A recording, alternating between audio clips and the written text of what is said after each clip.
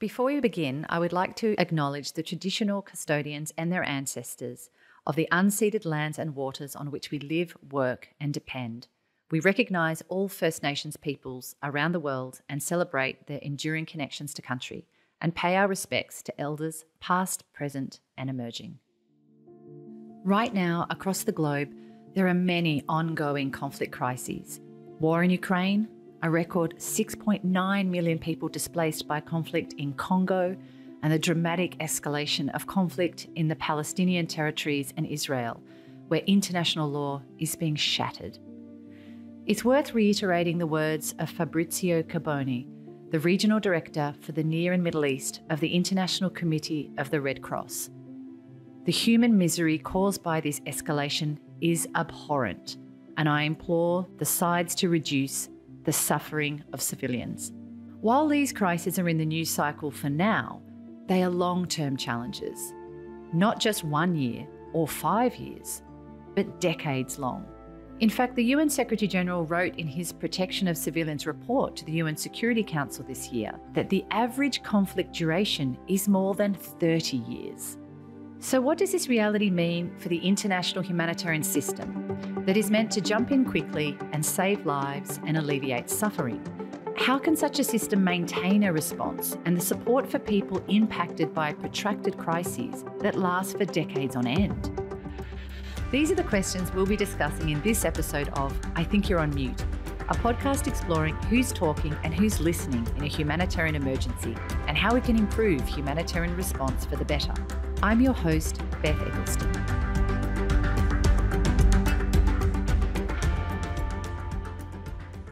We're talking about Sudan, we're talking about Syria, we're talking about Afghanistan, Burkina Faso, Myanmar, and Haiti. These crises are all different, but in some ways they're all the same. People suffer for no fault of their own. People don't get the support that they need. Solidarity internationally is expressed in limited form and sometimes without a clear objective. And these are the issues that we want to discuss when we discuss these crises. How can we perform better on behalf of you so that the people who are submerged in these places, affected by these crises, can have a chance to emerge and then again with their families to prosper? That was Martin Griffiths, Emergency Relief Coordinator. He's the top UN official who has the job of coordinating and advocating on behalf of the global humanitarian community. As each year passes, the number of people in dire need of assistance continues to rise. It's becoming increasingly clear that the traditional humanitarian system can't keep pace. So how do we support communities to emerge and prosper from ongoing protracted crises? I'd like to introduce my co-director at Humanitarian Advisory Group, Jess Lees. Jess has first-hand experience working in crisis situations. Hi, Jess, how are you? Are you living the juggle and loving life? Good morning. Yes, doing well, thank you. Beth, how are you? I'm well, thank you. I'm very excited to be getting to chat to you. So it's exciting that you're joining this series of the podcast, Jess, and you are joining this series as my new co-director, which is very exciting. And Jess, I'm really pleased to be able to chat to you about protracted crises. And I know it's something we grapple a lot with at HAG. And Australia's new aid development policy has highlighted the number of disasters is escalating with more than one every day by 2030. And many of these, as you know, will be taking place in already very fragile situations with high levels of debt, gender equality, weak governance, limited connectivity and high levels of poverty. And as I've just mentioned, you've worked in many of these crisis situations, and so many of the places that you work still experience ongoing crises today. So in particular, Somalia, South Sudan, Mozambique, we've seen an uptick in violence in all of those contexts recently, and that's combined with severe climate-induced impacts. Would you be able to unpack some of the complexity that perpetuates what we really call a protracted crisis?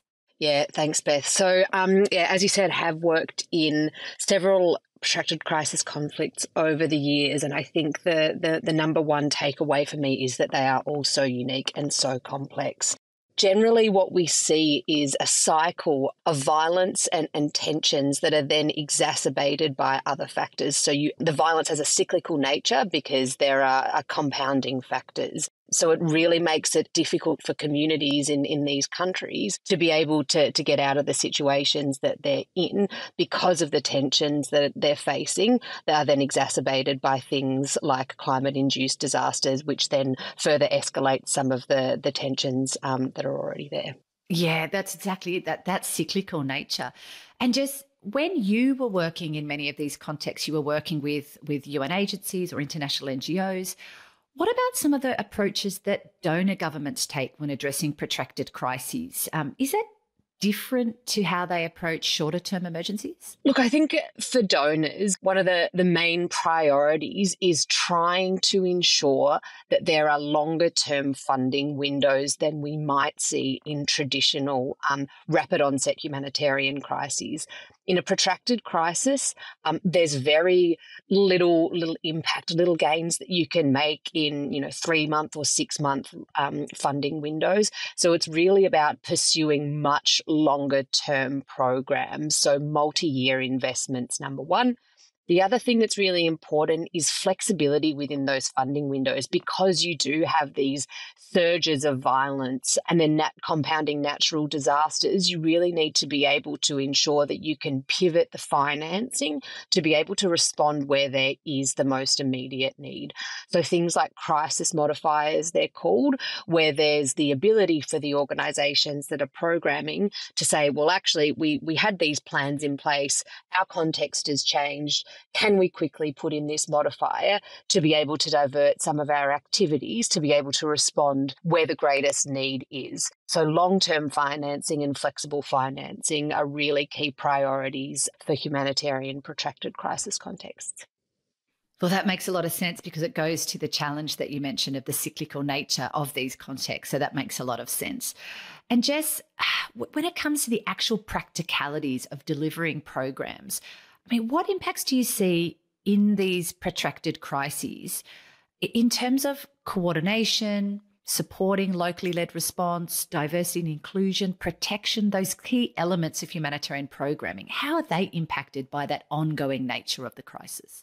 I mean, I think it's just really hard for humanitarian organisations to be able to sustain the level of operations that are needed in these contexts because they are so drawn out. So being able to resource in an ongoing capacity and ensure that all of those important mechanisms, the coordination forums and the like that you mentioned, are appropriately resourced and operational throughout these multi-year situations where you do have these ebbs and flows and upticks in violence is really, really difficult. Things like staff turnover in these crises for organisations at all levels is really problematic. It's really difficult to recruit and sustain staff to be able to support the operations in an ongoing capacity, and that then further exacerbates some of the challenge for humanitarian actors because they're sort of constantly chasing their tails. Financing, funding is another one as well. We know that the global humanitarian funding system is really, really stretched,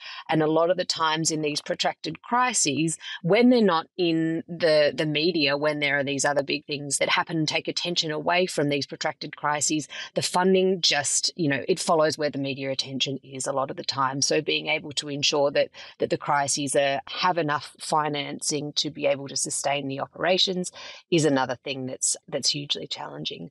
In these contexts, it is so critically important for international organisations to be meaningfully supporting local organisations because they are the ones that are going to be there through the upticks of violence, through the surges, and long after the international community leaves. These will be the agencies that will continue to support communities.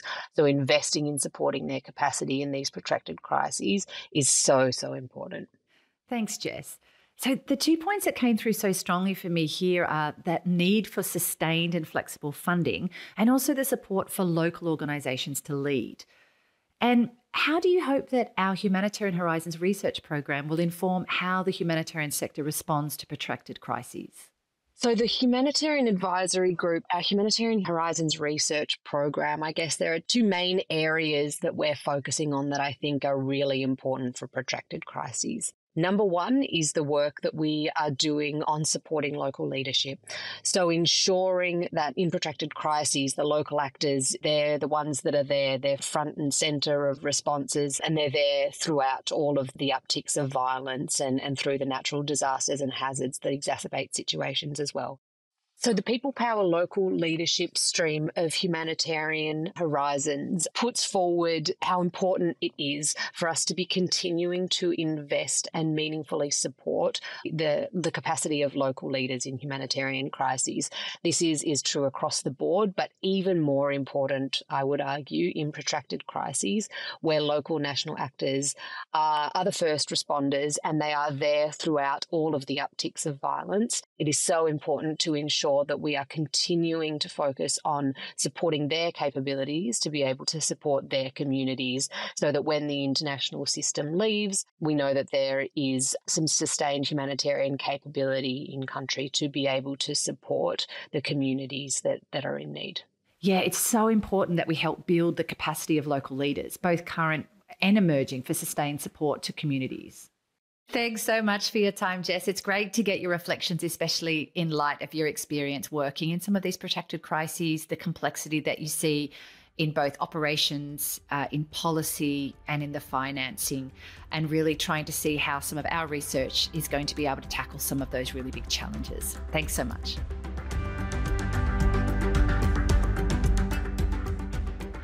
The principal one that I think we all feel very passionately about is the need to place affected people, people in crisis, people suffering from crisis, at the centre of our planning, of our instructions, of our activities. We want their voice to be heard globally about the crises through which they're living, and we want their instructions to us to make sure that we do the right thing. A second challenge is funding. Humanitarian needs keep growing. Crises don't go away. They resolve themselves much more slowly. The gap between available income to meet the needs of those people suffering in those crises and the available money is growing too. That was Martin Griffiths again, the UN Emergency Relief Coordinator. As well as tackling the growing humanitarian funding gap, how do we ensure that efforts are locally led, putting those impacted at the centre? HAG has been involved in researching how to support locally led humanitarian response for several years now through the Humanitarian Horizons research programs. Through this process, HAG and the Pacific Islands Association of NGOs, or PIANGO, developed a framework to be able to measure and therefore track localisation efforts. While this framework was initially developed and tested in the Pacific, it's now been used to baseline localisation efforts in protracted conflict crises such as Yemen and Ukraine. The baselines highlight a number of challenges, such as a lack of quality funding, the heightened risks local and national actors face in delivering aid with very limited safeguards, and how equitable partnerships are core to achieving localisation. The more local partners are involved in decision-making, the more opportunities they have to engage with donors. I want to shift our focus now to a major protracted crisis that has been in our news cycles for the last couple of decades, being Afghanistan.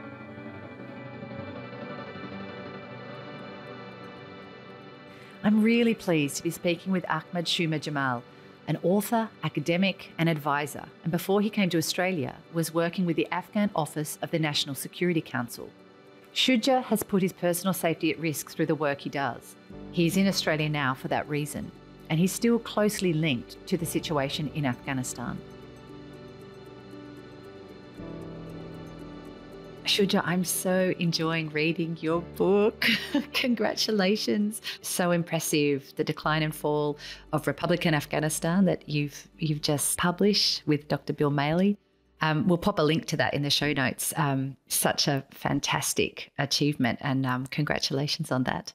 Thank you. I think Professor Maley and I tried to produce the book at a time when I was myself in transit, as in I'd just been displaced from Afghanistan, waiting in a third country to resettle to Australia.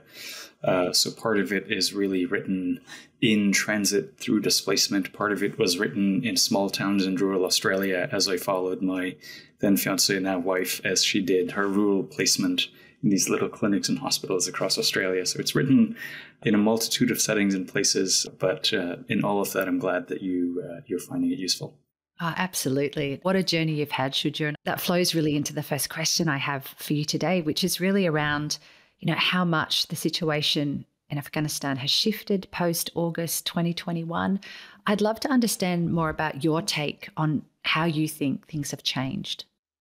Yeah, to say that it has changed fundamentally, I think, is not an understatement. There is an economic decline. Many people call it an economic collapse that is happening at the same time in a relationship with a humanitarian crisis that's happening, in which millions of people are unable to put food on the table and therefore are reliant on international aid. But that's one aspect. The other aspect is that there is a drought situation ongoing. And so Afghanistan's overwhelmingly agricultural economy that is reliant overwhelmingly on rain-fed agriculture is struggling. And so people are partly in a food deficient situation because of that as well. But that's, I think, one aspect that goes back to the economy. But there's the other aspect, which is that the relationship between the Afghan person and the Afghan authorities has changed fundamentally from a citizen to state defined within the bounds of a constitution to a divinely inspired, enigmatic emir who requires devotion from their subjects. And so because of that, decrees have replaced laws and edicts have replaced policies, which means that the decrees of the emir and the edicts of his people have made it very difficult for women, for example, to access the right to an education, for women to have any form of public participation that would hint to any kind of gender equality. It has made life difficult for people of minority descent. It has also made life difficult in a violent way for former members of the Afghan National Defense and Security Forces. So, and that's another aspect. The third aspect that I think is related to this conversation is that individuals within the Taliban high-ranking leaders who are under UN Security Council sanctions, FBI Global Most Wanted Terrorists, are now in charge of the country, and they're now in charge of its financial institutions. And so the sanctions that were imposed on these individuals by virtue of them being in charge have now been imposed on the financial institutions of the country, because the fear is that if they're in charge of these financial institutions and these financial institutions speak to banks and financial institutions across the world, there's no telling what kind of untoward uses these individuals might put the financial institutions to. Yeah, I mean, you're right. I mean, you've just outlined a whole range of different layers of complexity there. And I'd like to pick up, you mentioned, Shuja, what the humanitarian situation looked like even before August 2021 and how this has compounded that situation. And as you know, at Humanitarian Advisory Group, we're really involved and interested in researching how local organisations can be involved in and leading humanitarian response. So my next question is really around what your thoughts are on how you feel the international community could be better supporting local organisations, local and national actors to lead in responding to what is a really critical humanitarian crisis in Afghanistan. I think that really goes to the heart of a very lively debate that the people from Afghanistan themselves have been having, which is that the international organizations, led primarily by the UN, because they've been sort of at the forefront of the international humanitarian response plan for Afghanistan, have been susceptible to pressure campaigns and tactics by the Taliban. And therefore, they have not delivered aid to areas that have been traditionally underserved, minority populated areas that have been hostile or less receptive to the Taliban historically. And these criticisms have emerged in the context of the fact that the UN and other international organizations are really operating in a very, very tough environment. There is no victory in a place like Afghanistan, where the Taliban have actually gone from phase 1.0 in their relationship with international aid, which is to try to influence, try to divert, and try to pressure, to phase 2.0, in which the Taliban have actually become the NGO industrial complex, part of their own NGO industrial complex, which is they are starting, licensing, and overseeing the activities of NGOs that then are involved in humanitarian aid within Afghanistan. So what that has created is it has created that fear of these NGOs started, operated, and overseen locally by the Taliban, receiving humanitarian aid through the humanitarian exemption under the UN Security Council resolutions, the US State Department sanctions, and using it to an effect that is untransparent to the world. And so it's very difficult to have any sense of where those resources are going when the Taliban are end-to-end in charge of those NGOs. And obviously there are local NGOs in Afghanistan that are credible, that have reach, that have capacity and the experience to deliver aid. These NGOs, similar to the UN and to the INGOs, have been operating in a very tough environment, and they're also not unsusceptible to the Taliban's pressure.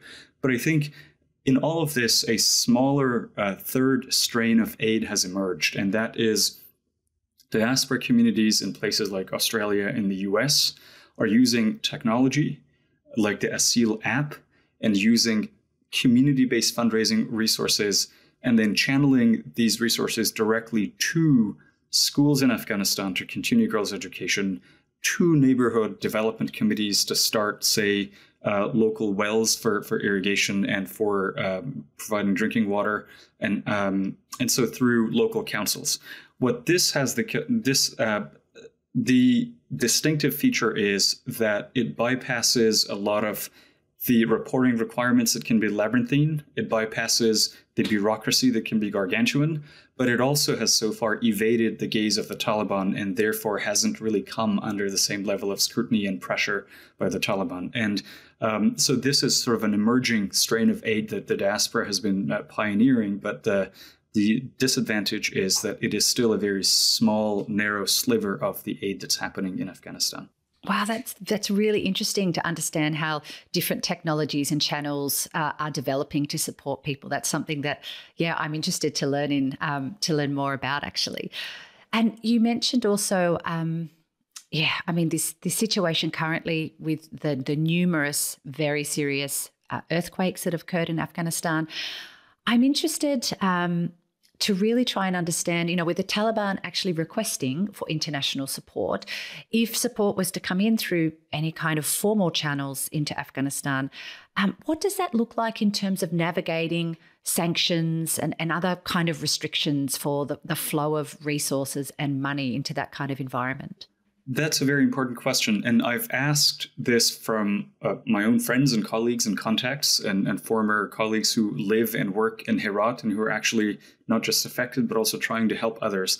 And there's a tremendous degree of skepticism about the independence of a large number of local NGOs, primarily because of the pressure tactics that we talked about earlier in the Taliban trying to influence their operations, influence their beneficiaries, but also diverting it to their own sympathizers. So that exists. And the sanctions existed because the sanctions aimed to prevent international aid, development assistance, humanitarian aid from going into feeding and strengthening the Taliban. And so the humanitarian exemption to that was that as long as that money and that development assistance goes through channels that are not Taliban, who can be transparent about how the resources are spent, then there can be an exemption on humanitarian grounds. And so the Taliban have actually wisened up to that game, and they are now propping up their own NGOs that are, because they are the authorities, they can register, they can oversee, and they can dictate the reporting requirements and therefore make it less transparent for the world. So those challenges exist. And I think the strain that I mentioned earlier, which is the strain of diaspora humanitarianism that is able to identify local actors at a smaller scale, at the village level, at the mosque level, at the sub-village level, through social contacts. These organizations, these local village level people are not beholden to the Taliban. They don't report to the Taliban. And I think that is a sustainable way of dealing with a situation like the one in Herat, which is catastrophic, but still not nationwide as a problem. And so that is a potential way to deal with it. But also the downside is that these local level village committees may have the benefit of being democratic and being grassroots, but they have the disadvantage of not having the same level of, say, expertise that international NGOs bring in humanitarian work. Often these village level actors are themselves very deeply affected. Yeah, that's exactly right. So they're trying to coordinate and mobilize resources and provide assistance at the very same time as trying to support their own family members. That's been so interesting, Shuja. It really speaks to especially the diaspora piece, something that we're actually very passionate about at HAG. And I feel like this is something that we could talk all day on. But so appreciate your insights and your reflections. I think when we think of protracted humanitarian crises, Afghanistan, as you mentioned at the beginning, really has so many complexities, laid impacts and compounding circumstances. But I hope that we can keep this conversation going, and we really hope to see that things may improve in the future in Afghanistan. But thank you so much for your time, Shuja. Thank you. Thank you, Beth. As protracted crises continue, and in some circumstances, like in Gaza, intensify greatly, it only feels timely to remind humanitarians about our field handbook on the protection of civilians in situations of violence. It provides practical tools and guidance on how to ensure communities are supported in their self-protection efforts. We'll include a link to it in the episode notes.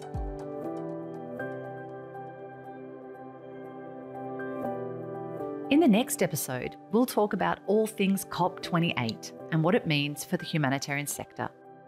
I'm Beth Eggleston, and this is I Think You're on Mute. This podcast is supported by the Australian Government through the Department of Foreign Affairs and Trade. The views expressed are the presenters alone and are not necessarily the views of the Australian Government. This podcast was produced and recorded by Room 3, a production company that works with not-for-profits and social enterprises, and supported by Green Letter Communications.